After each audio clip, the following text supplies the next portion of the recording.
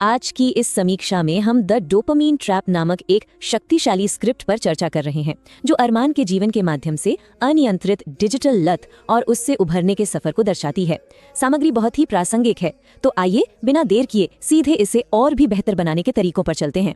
बिल्कुल। तो सबसे पहली बात जो मुझे यहाँ लगती है वो ये है कि कहानी के भावनात्मक प्रभाव को गहराई देने के लिए हमें अरमान के संघर्ष को केवल बताने के बजाय उसे स्पष्ट रूप से दृश्यों के माध्यम से दिखाने की आवश्यकता है। सही कहा। मतलब अभी अगर हम इसकी वर्तमान संरचना को देखें तो इसकी सबसे बड़ी कमजोरी यही है कि ये भावनाओं को सीधे तौर पर बयान कर देती है, जैसे वर्क फेल्ट बोरिंग या फैमिली टॉक्स फेल्ट टायरिंग। हाँ, और हिज कॉन्फिडेंस ड्रॉप्ड भी। देखिए, दर्शक को अरमान की स्थिति इस तरह सीधे बता देने से ना ये एक कहानी कम और एक व्याख्यान या लेक्चर ज्यादा महसूस होता है। एकदम। जब हम किसी के आंतरिक जीवन को बस तथ्यों की तरह सामने रख देते हैं तो हम दर्शक को खुद उस अनुभव को महसूस करने के अवसर से वंचित कर देते हैं। हम सीधे कह रहे हैं कि वो ऊब गया था। सही बात है। और हम अनिवार्य रूप से श्रोता के दिमाग के विश्लेषणात्मक हिस्से को जानकारी दे रहे हैं, पर हम उन्हें वो अनुभव नहीं दे रहे हैं। और यहीं से हमारा पहला ठोस सुझाव निकल कर आता है, जो कि दृश्यों से जुड़ा है ना? हाँ, हमारा सुझाव यह है कि इन आंतरिक भावनाओं को बाहरी दृश्यमान कार्यों और सूक्ष्म शारीरिक हावभाव में बदलें। श्रोता या दर्शक को वो खालीपन महसूस करने दे बिना एक बार भी ये कहे कि अरमान खाली महसूस कर रहा है। मतलब हमें उसके व्यवहार और उसके आसपास के वातावरण के साथ उसकी प्रतिक्रिया में उस डोपामिन की कमी को देखना चाहिए। बिल्कुल, यही असली कहानी होती है। ये काफी दिलचस्प है। क्या आप इसके कुछ ठोस उदाहरण दे सकते हैं कि इसे पन्नों पर आखिर उतारा कैसे जाए? क्योंकि बोलना आसान है पर लिखना। बेशक, मैं बताता हूँ। उदाहरण के लिए इस वाक्य को लीजिए जहाँ लिखा है फैमिली टॉक्स फेल्ट टायरिंग। ये महज एक सूचना है। इसे जीवंत बनाने के लिए एक ऐसा दृश्य लिखें जहां अरमान अपने परिवार के साथ डाइनिंग टेबल पर बैठा है। हाँ, और उसकी माँ उससे दिन के बारे में पूछ रही हो, शायद घर की कोई साधारण बात चल रही हो। बिल्कुल, लेकिन अरमान की आंखें अपनी माँ पर नहीं है। वे टेबल के नीचे उसकी गोद में रखे फोन की नीली रोशनी पर टिकी हैं और वो बिना सुने केवल यंत्रवत तरीके से सिर हिला रहा है। ओह वाह, ये एकदम सटीक है। या फिर जैसे वो वर्क फेल्ट बोरिंग वाली बात थी, उसको दर्शाने के लिए उसे लैपटॉप स्क्रीन के सामने खाली घूरते हुए और अनमने ढंग से कीबोर्ड पर उंगलियां थपथपाते हुए दिखा सकते हैं। एकदम सही कहा आपने। ये ऐसे उदाहरण हैं जो स्थिति को पूरी तरह से जीवंत कर देते हैं। दर्शक उसकी बोरियत को उसके हाव भाव से ही समझ जाता है। तो ये अभिनय एक बेहतरीन पेंसिल स्केच की तरह है, जिसमें रेखा चित्र तो स्पष्ट है कि कहानी कहाँ जा रही है, लेकिन हमें इसमें रंग और छाया भरनी है ताकि ये त्रिआयामी या 3D लगे। हाँ, और जब हम वो डाइनिंग टेबल का दृश्य दिखाते हैं तो हम श्रोता के मिरर न्यूरॉन्स को ट्रिगर कर रहे होते हैं।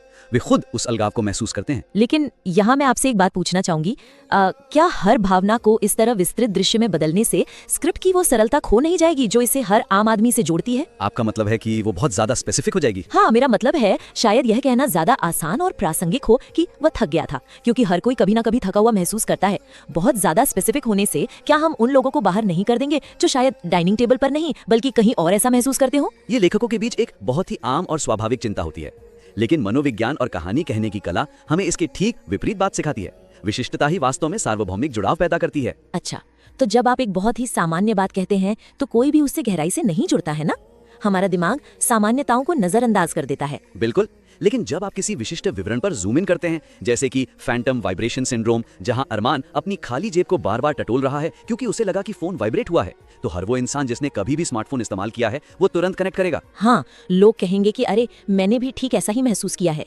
तो आप कह रहे हैं कि विशिष्ट दृश्य हमारी अपनी दबी हुई यादों और अनुभवों को अनलॉक करते हैं जो एक सामान्य वाक्य कभी नहीं कर सकता। एकदम सही पकड़ा आपने।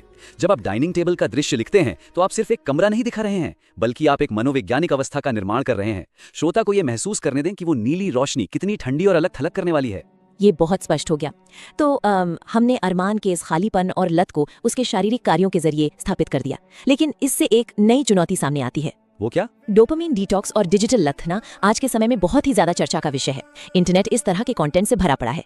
तो इस विषय पर पहले से मौजूद अनगिनत सामग्री से अलग दिखने के लिए हमें क्या करना चाहिए? यही मेरा दूसरा पॉइंट है। हमें डोपामिन ट्रैप के इस रूपक को एक अनोखा और ताजा दृष्टिकोण देना होगा। अगर हम स्क्रिप्ट की वर्तमान कमजोरी की बात करें तो इसमें जस्ट 5 मिनट्स या जस्ट 1 मोर वीडियो और ही वॉज ट्रैप्ड जैसे वाक्यांश इस्तेमाल किए गए हैं। और यही दिक्कत है ना?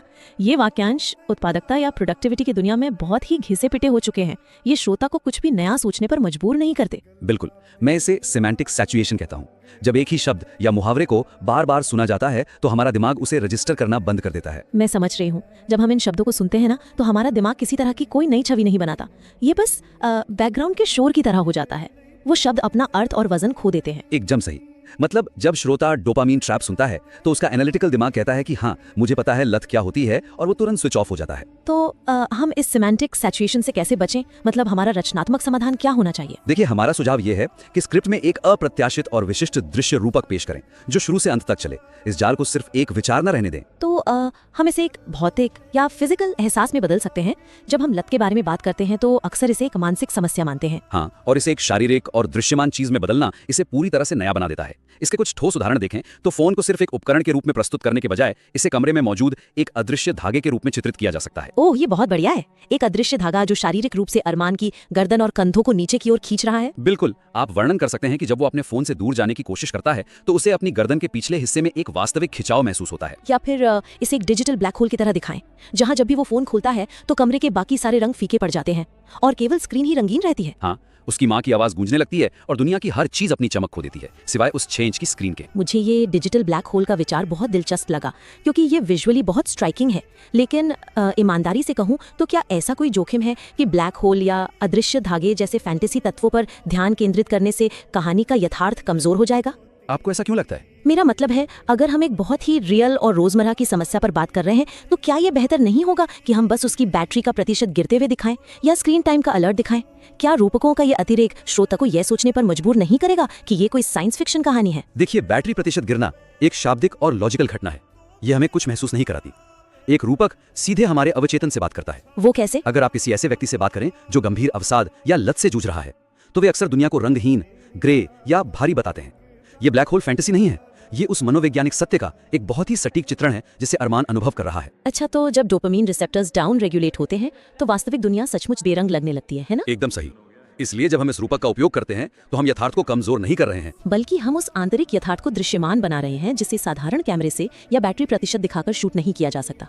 ये एक बहुत ही मजबूत तर्क है। हम बुनियादी सच्चाई को सामने ला रहे हैं। हाँ, और अगर हम ये स्थापित कर लेते हैं कि ये जाल, ये डिजिटल ब्लैक होल कितना गहरा और भारी है, तो हमारा अगला तार्किक कदम ये जांचना है कि इस जाल से बाहर निकलने की प्रक्रिया कितनी विश्वसनीय है। क्योंकि अगर ब्लैक होल इतना शक्तिशाली है तो जाहिर है कि इससे बाहर निकलना कोई आसान काम तो नहीं हो सकता। बिल्कुल, और वापसी की इस यात्रा को अधिक यथार्थवादी और प्रेरणादायक बनाने के लिए सुधार की प्रक्रिया में आने वाली विशिष्ट बाधाओं और संघर्षों पर अधिक समय व्यतीत करना चाहिए। और यहीं पर इस स्क्रिप्ट की तीसरी बड़ी कमजोरी सामने आती है ना? हाँ, वर्तमान में स्क्रिप्ट में रिकवरी बहुत आसानी से और जल्दी हो जाती है।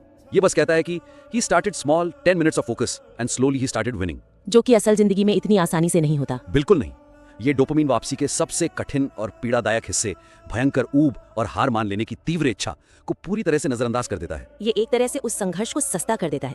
मतलब ऐसा लगता है जैसे उसने बस फैसला किया कि उसे अपनी लत छोड़नी है और अगले ही दृश्य में सब कुछ ठीक हो गया। न्यूरोलॉजिकल स्तर पर सोचिए ना, जब मस्तिष्क को लगातार डोपामीन के हाई स्पाइक्स की आदत हो जाती है तो आपके रिसेप्टर्स को शांत होने और रीसेट होने में समय लगता है। जिसका मतलब है कि जब आप फोन छोड़ते हैं तो सामान्य काम सिर्फ बोरिंग नहीं लगते, वे सचमुच मानसिक और शारीरिक रूप से दर्दनाक लगते हैं। दिमाग उस कमी को दर्द के रूप में प्रोसेस करता है। एकदम। स्क्रिप्ट में इस हिस्से को नजरअंदाज करना कहानी की विश्वसनीयता को पूरी तरह खत्म कर देता है। तो हमारा सुझाव यह है कि रिकवरी के चरण का विस्तार करें। एक ऐसा क्षण शामिल करें जहां अरमान लगभग हार मान लेता है। तो इस समस्या का समाधान करते हुए हम इस दर्द को कहानी में कैसे पिरोएं? क्या उसे अत्यधिक मानसिक घर्षण का सामना करते हुए दिखाना चाहिए? हाँ, मैं इसे द फ्रिक्शन थ्रेशोल्ड कहता हूँ। वो सटीक बिंदु जहां चरित्र को अपनी सबसे कमजोर स्थिति में सस्ते डोपामीन और कठिन वास्तविकता के बीच चुनाव करना होता है। उसकी जीत को आसानी से मिली हुई चीज के बजाय कड़ी मेहनत से अर्जित महसूस कराएं। अगर हम इस फ्रिक्शन थ्रेशोल्ड के कुछ ठोस उदाहरणों की बात करें तो ये दृश्य आखिर दिखेगा कैसा? जब वो पहली बार 10 मिनट के फोकस का प्रयास करता है तो उसके शारीरिक कष्ट का वर्णन करें। इसे एक आसान काम मत दिखाइए। उसे कुर्सी पर बैठे हुए दिखाइए जहां घबराहट के कारण उसका पैर लगातार कांप रहा है। और कमरे में छाया सन्नाटा उसे शांति देने के बजाय उसे काटने दौड़ रहा है। उसके कानों में गूंज रहा है। बिल्कुल। दूर टेबल पर रखे फोन की काली स्क्रीन को देखकर उसे जो अजीब सी बेचैनी हो रही है उसे महसूस कराइए। उसे एक बार फिर से फोन उठाने के प्रलोभन से लड़ते हुए दिखाइए। उसका हाथ धीरे धीरे फोन की तरफ बढ़ता है। उसकी उंगलियां लगभग ठंडे ग्लास स्क्रीन को छूने ही वाली होती हैं और फिर पूरी ताकत और इच्छा शक्ति लगाकर वो अपने हाथ को वापस खींचता है और मुट्ठी भींच लेता है। ये बहुत ही शक्तिशाली दृश्य है। लेकिन कहानियों में हम अक्सर चाहते हैं कि समाधान जल्दी हो ताकि गति बनी रहे। आपको लगता है कि गति धीमी हो जाएगी? हाँ, मेरा मतलब है अगर हम इस संघर्ष और फ्रिक्शन थ्रेशोल्ड को इतना लंबा खींचेंगे तो क्या दर्शक एक लंबी और पीड़ादायक रिकवरी देखकर थक कर बीच में ही छोड़कर नहीं चला जाएगा? हम अक्सर डरते हैं कि कहीं हम अपने श्रोता को बोर न कर दें। ये डर बहुत से क्रिएटर्स में होता है कि धीमापन ऑडियंस को भगा देगा, लेकिन दर्शक संघर्ष से बोर नहीं होते, वे बिना दांव के संघर्ष से बोर होते हैं। अगर आप संघर्ष को सतही तौर पर दिखाएंगे तो दर्शक जरूर थक जाएगा। लेकिन अगर दांव वास्तविक हैं, अगर दर्शक को ये महसूस होता है कि अरमान सचमुच हार सकता है, कि वो ब्लैक होल उसे वापस खींच सकता है, तो दर्शक स्क्रीन से अपनी नजरें नहीं हटा पाएगा। सही कहा। असली कैथारसिस त्वरित जीत से नहीं आता। श्रोता एक चरित्र की जीत का जश्न तभी मना सकता है जब उसने उसे उस जीत के लिए कीमत चुकाते हुए देखा हो। ये बात ना बहुत गहरी है। मतलब अगर रिकवरी आसान है तो लत कोई असली खतरा थी ही नहीं। एकदम सही। और अगर लत कोई असली खतरा नहीं थी तो कहानी का कोई मतलब ही नहीं रह जाता। संघर्ष को गहराई से दिखाना कहानी की गति को धीमा नहीं करता, बल्कि ये भावनात्मक पे ऑफ को कई गुना बढ़ा देता है। तो जब अरमान अंततः सफल होता है और जब उसे जीवन में फिर से अर्थ मिलने लगता है, तो श्रोता भी राहत की एक गहरी सांस लेगा। वो उस विजय को अपनी विजय मानेगा, क्योंकि उसने अरमान के साथ उस दर्द का सामना किया है। बिल्कुल। ये सब श्रोता को एक दर्शक से हटाकर एक भागीदार बनाने के बारे में है। और अंततः यही वो चीज है जो एक अच्छी कहानी को एक महान कहानी से अलग करती है। ये पूरी चर्चा इस बात को स्पष्ट करती है कि एक बेहतरीन स्क्रिप्ट सिर्फ तथ्यों का संकलन नहीं होती, बल्कि मानवीय अनुभवों, कमजोरियों और संघर्षों का एक जीवंत चित्रण होती है। सही कहा। तो चलिए आज की हमारी इस समीक्षा के 3 मुख्य सुझावों का एक संक्षिप्त और सटीक सारांश प्रस्तुत करते हैं। सबसे पहला सुझाव ये था कि कहानी के भावनात्मक प्रभाव को गहराई देने के लिए हमें भावनाओं को केवल बताने के बजाय दृश्यों और कार्यों के माध्यम से दिखाना चाहिए। हम उस डाइनिंग टेबल और उस नीली रोशनी का उपयोग कर सकते हैं जो अलगाव को दृश्यमान बनाती है। दूसरा महत्वपूर्ण बिंदु ये था कि इस कहानी को विशिष्ट बनाने के लिए हमें एक मजबूत और अनोखा दृश्य रूपक स्थापित करना चाहिए। घिसे पिटे वाक्यांशों से बचें और लत को एक अदृश्य धागे या डिजिटल ब्लैक होल की तरह एक भौतिक एहसास का रूप दें, ताकि श्रोता उस जाल की वास्तविकता को महसूस कर सके। और हमारा तीसरा और अंतिम सुझाव था कि संघर्ष को तुरंत सुलझाने के बजाय रिकवरी की प्रक्रिया की कठिनाई और यथार्थवाद को गहराई से उभारें। रिकवरी के उस फ्रिक्शन थ्रेशोल्ड का विस्तार करें ताकि अरमान की अंतिम जीत आसानी से मिली हुई ना लगे। हाँ, बल्कि वास्तव में अर्जित और प्रेरणादायक महसूस हो। ये वो ठोस कदम है जो आपकी स्क्रिप्ट को सिर्फ एक साधारण उत्पादकता सामग्री से ऊपर उठाकर एक गहरे भावनात्मक और सिनेमाई अनुभव में बदल सकते हैं। श्रोता को यह एहसास होना चाहिए कि उन्होंने अरमान के साथ उस पूरे सफर को जिया है। बिल्कुल। हम श्रोता को आमंत्रित करते हैं कि वे इन ठोस सुझावों को लागू करने के बाद अपनी सामग्री को आगे की समीक्षा के लिए हमारे पास फिर से सबमिट करें। आज की चर्चा यहीं समाप्त होती है।